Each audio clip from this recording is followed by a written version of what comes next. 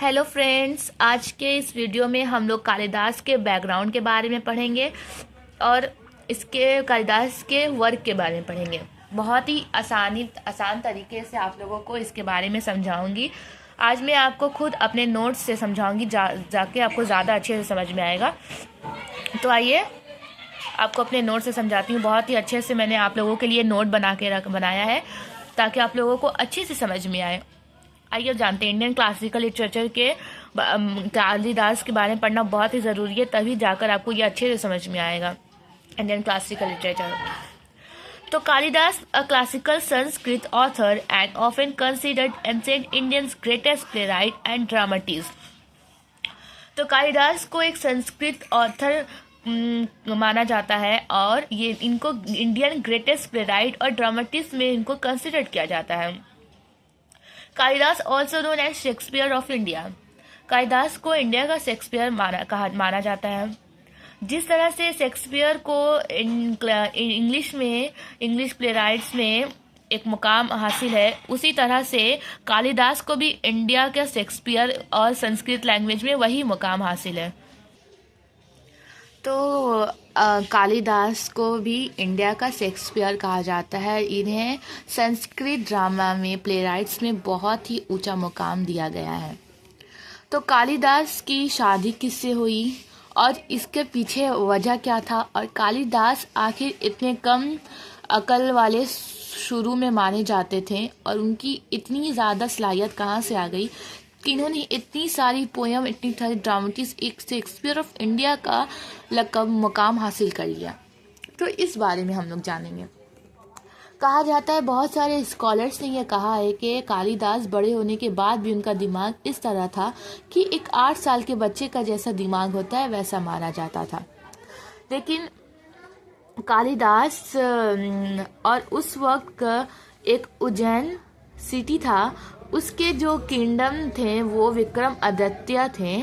उनकी एक बेटी विद्वत्तमा थी जो बहुत ही खुद को होशियार, अक्लमंद और खूबसूरत समझती थी। तो विद्वत्तमा की शादी के लिए विक्रमादित्य, उसके पिता ने सोचा कि उसकी शादी करवाऊं। तो विद्वत्तमा बोली कि मैं बहुत ही अक्लमंद शख्स से शादी करूंगी जो मुझसे भी ज़्यादा अक्लमंद हो। तो उसके लिए बहुत सारे लोग बुलाए गए, बहुत सारे मंत्री आए। वो विद्वत्तमा सबको रिजेक्ट कर देती थी ये कहकर कि तुम मुझसे ज़्यादा अक्लमंद नहीं हो। तो बहुत सारे जो मंत्री थे उन्हें बहुत जलन होता था कि ये हमें नीचा दिखाती है, इसकी अकल ठिकाना में लगाने के लिए इसको एक ऐसे शख्स से क्यों ना शादी करा दी जाए जो कम अकल का हो और इसका अकल ठिकाना में आ जाए। तो एक दिन विक्रमादित्य का एक मंत्री एक जंगल के रास्ते से गुजर रहा था। तो वो देखता है कि एक पेड़ पर एक आदमी बैठकर, पेड़ की टहनी पर एक आदमी बैठकर पेड़ की टहनी को जड़ से काट रहा है। वो देखकर बहुत अचंभित हो जाता है कि ये क्या कर रहा है, क्या इस बंदे के पास अकल नहीं? जिस टहनी पर बैठा है उसी को जड़ से काट रहा है। अगर वो टहनी कट गई तो ये भी गिर जाएगा। तो वो मंत्री उस लड़के को सतर्क करता है, उसको बताता है कि ऐसे नहीं काटो, उसको बोलता है, फिर भी वो नहीं सुनता है। तो ये डिसाइड करता है, मंत्री के दिमाग में ये आता है क्यों ना इसी लड़के से शादी विद्वत्तमा की करा दी जाए ताकि उसके अकल ठिकाना में आ जाए। तो वो जो लड़का रहता है उसको अच्छे से बन सवार कर, अच्छे कपड़े पहनाकर विद्वत्तमा के सामने पेश करता है। वो जो लड़का रहता है वो कोई और नहीं, वो कालिदास रहता है। तो कालिदास को विद्वत्तमा के सामने अच्छे कपड़े पहनाकर मंत्री पेश करता है। तो विद्वत्तमा उसके सामने एक उंगली निकालती है, तो कालिदास उसके सामने फौरन 2 उंगली निकाल देता है। तो विद्वत्तमा को लगता है वाकई में ये लड़का जो है बहुत ही होशियार और अक्लमंद है। एक्चुअली यहाँ पर कुछ मिसअंडरस्टैंडिंग दोनों में हो जाती है कि विद्वत्तमा कुछ सवाल करती है, उससे कहती है, पूछना चाहती है कि इस राज्य में कितने कितने शासन थे। उसका उत्तर जो रहता है 2 रहता है। तो उसके जाने में, विद्वत्मा के जाने में कालिदास उसके सवालों का जवाब दे देता है। लेकिन कालिदास का समझ में ये आता है कि विद्वत्मा मुझसे कह रही है मैं तुम्हारी एक आंखें निकाल दूंगी। तो कालिदास कहता है उसके जवाब में मैं तुम्हारा दोनों आंखें निकाल दूंगा। तो इस तरह मिसअंडरस्टैंडिंग की वजह से उनकी विवाह हो जाती है। विवाह होने के बाद जब विद्वत्मा कालिदास के साथ रहने लगती है तो उसे समझ में ये आता है कि मुझसे बहुत बड़ी गलती हो गई है, कुछ मिसअंडरस्टैंडिंग की वजह से ऐसा उससे हो गया है। तो अपनी गलती को एक्सेप्ट करती है। ये मिसअंडरस्टैंडिंग ज़्यादा दिनों तक नहीं चल पाती है। आखिरकार विद्वत्मा को कालिदास का सच्चाई मालूम चल जाता है कि इसे कुछ नहीं आता, ये कम अक्लमंद का लड़का है। तो वो बोलती है कि तुम्हारे पास कुछ ऐसा है कि मैं तुम्हारे वेलकम कर सकूं, कुछ कर सकूं तुम्हारे लिए। तो उसे बहुत बुरा लगता है कालिदास को। तो कालिदास उस दिन से ये निर्णय लेता है कि मैं अब एक काबिल बनूंगा और पढ़ूंगा। तो उस वक्त से कालिदास एक आगे बढ़ने के लिए कुछ ख्वाब सजाने लगता है। तो ये था कालिदास की बैकग्राउंड कि कालिदास किस तरीके से अपने आप को, कहाँ से उसको मोटिवेट मिला, कैसे वो एक कम अकल से एक इतनी बड़े शेक्सपियर ऑफ इंडिया कैसे बन गया। उम्मीद है उसकी कालिदास के बैकग्राउंड के बारे में आप लोगों को समझ में आया होगा। अब हम लोग उसके कुछ वर्क के बारे में पढ़ लेते हैं। Kalidas and his works. Kumarasambhava ये एक तरह का इपिक है। इसमें क्या कालिदास ने लिखा है, क्या बोलना चाहते हैं, ये समझते हैं। Literal meaning the birth of Kumara Kartikeya the son of lord Shiva and goddess Parvati. तो ये जो कुमार संभवा है, इसमें ये बताना चाहते हैं कालिदास कि लॉर्ड शिव और पार्वती का बेटा है ये कुमारा कार्तिकेय। तो उसमें ये बता रहे Kartikeya kills Tarakasura who had a boon that he could be defeated only by the son of Shiva, who was a complete yogi given to severe austerities, far from any thoughts of marriage। तो आप लोगों को ये अच्छे से समझ में आया होगा कि ये जो कुमार रहते हैं ये शादी मैरिज के ख्याल से बहुत ही दूर रहते हैं। ये एक कंप्लीट योगी होते हैं। और ये कौन है? लॉर्ड शिव और गॉडेस पार्वती के बेटे हैं। तो ये एक तरह का इपिक था जो कालिदास ने अपने इपिक में इस तरह से बताया है। सेकंड नंबर में हम लोग पढ़ते हैं रघुवंशा। ये भी एक तरह का इपिक है। इसमें इसका लिटरली मीनिंग ये है रघु डायनेस्टी, मतलब इसमें रघु डायनेस्टी के बारे में बताया गया है। रघु डायनेस्टी में जितने भी बादशाह, जितने भी डायनेस्टी गुजरी है, वो सब के बारे में ये रघुवंशा इपिक में बताया गया है अच्छे डीपली से। Have stories related to the Raghu dynasty, namely the family of Dilipa, following Raghu, Aja and Indumati, Dashrath, Rama till last ruler Agnivarna। मतलब कौन कौन से इसमें राजा गुजरे हैं, क्या क्या एक फैमिली रघु, अजा और लास्ट रूलर जो रघु डायनेस्टी के थे वो अग्निवर्णा थे। इसमें डायनेस्टी के बारे में, रघु डायनेस्टी के बारे में डीपली से बताया गया है। The most popular available commentary on this epic is Sanjivani written by Mallinatha. Most popular जो ये रघुवंशा में से जो मोस्ट पॉपुलर कमेंट्री है वो किसकी है?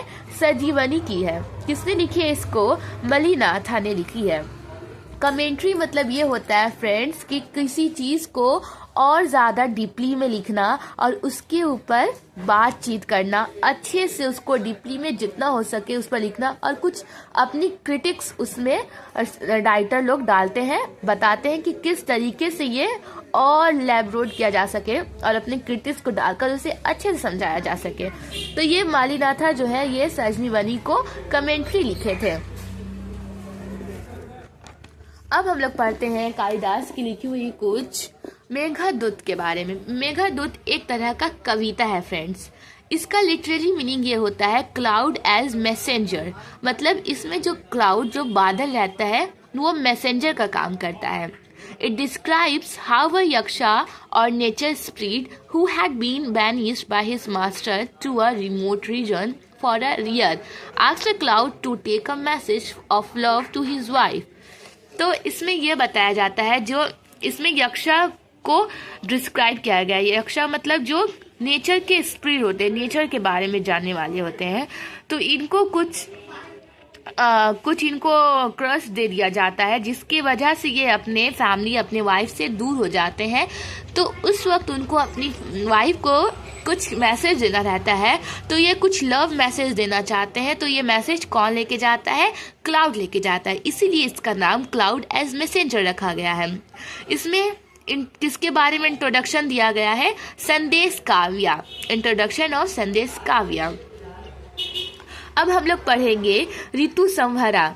ऋतु संवहरा में क्या है? लिटरली मीनिंग इसका होता है guideline of group of seasons, मतलब सीजन्स के ग्रुप और उसके बारे में पढ़ेंगे कि सीज़न किस तरीक़ा से होता है, कैसा सीज़न होता है, उसके हम लोग इसको कैसे महसूस कर सकते हैं, उसकी फीलिंग्स को कैसे समझ सकते हैं सीजन्स के मुताबिक। मतलब इसमें ज़्यादा आपको सीजन्स के बारे में बताया गया है, उसकी फीलिंग्स के बारे में बताया कि हर सीज़न में हम लोग कैसा फील करते हैं। It is a long poem portraying changing season like green summer, monsoon rains, autumn, cool, winter, spring, along with the reaction of two lovers eat. Use of Sringara Rasa.